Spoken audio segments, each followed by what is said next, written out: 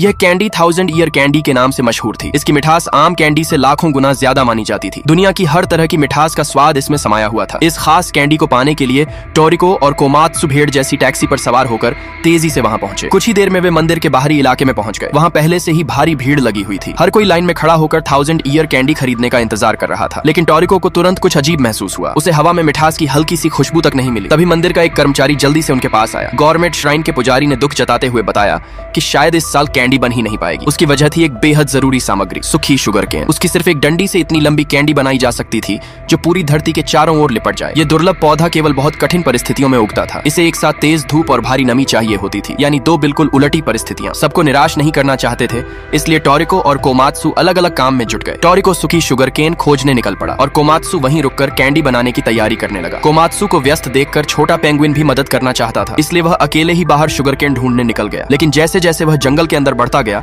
चारों तरफ अंधेरा घिरता गया और उसके दिल में डर भी बढ़ने लगा। काम खत्म करने के बाद कोमात्सु को एहसास हुआ कि पेंगुइन गायब है। रास्ते में मिले लोगों से पूछकर वह जंगल की ओर निकल पड़ा। अचानक झाड़ियों में से एक बंदर बाहर कूद पड़ा। कोमात्सु डर के मारे सीधे जमीन पर गिर गया। उधर डरा हुआ पेंगुइन गलती से पहाड़ी से लुढ़क गया। वह उठकर नदी के पास पानी पीने गया। तभी दूर चमकती हुई रोशनी ने उसका ध्यान खींचा। वह धीरे धीरे उस रोशनी की तरफ बढ़ा। वहां असल में सूखी शुगर केन मौजूद थी, लेकिन उस पर सिर्फ पेंगुइन की नजर नहीं थी। एक लेवल 30 गिद्ध भी उसी शिकार पर नजर गड़ाए बैठा था। डर के मारे पेंगुइन जोर से चीख पड़ा। उसकी आवाज पूरे जंगल में गूंज उठी। चीख सुनते ही कोमात्सु तुरंत उस दिशा में दौड़ पड़ा। विशाल गिद्ध के सामने भी छोटा पेंगुइन शुगर केन के आगे डट कर खड़ा हो गया। गिद्ध ने अपने विशाल पंजे फैलाए और हमला करने ही वाला था। तभी सही समय पर कोमात्सु पहुंच गया और उसने पेंगुइन को बचा लिया। हालात बेहद खतरनाक हो चुके थे, लेकिन उसी वक्त टोरिको भी वहां पहुंच गया। उसे देखकर गिद्ध लड़ाई किए बिना ही भाग निकला। आखिरकार सूखी शुगर केन सुरक्षित मिल गई। सभी लोग वापस मंदिर लौटे और मिलकर कैंडी बनाना शुरू किया। आखिर में 1000 ईयर कैंडी तैयार हो गई। टोरिको और कोमात्सु मंदिर के दरवाजे पर खड़े होकर बच्चों में कैंडी बांटने लगे। जैसे ही कैंडी जीप पर रखी जाती, वह कुरकुरी मिठास से भर उठती। हर कौर के साथ उसका स्वाद बदलता रहता था। कोमात्सु ने छोटे पेंगुइन के लिए खास तौर पर एक अलग 1000 ईयर कैंडी भी बनाई। यह उसके साहस और मदद के लिए धन्यवाद कहने का तरीका था।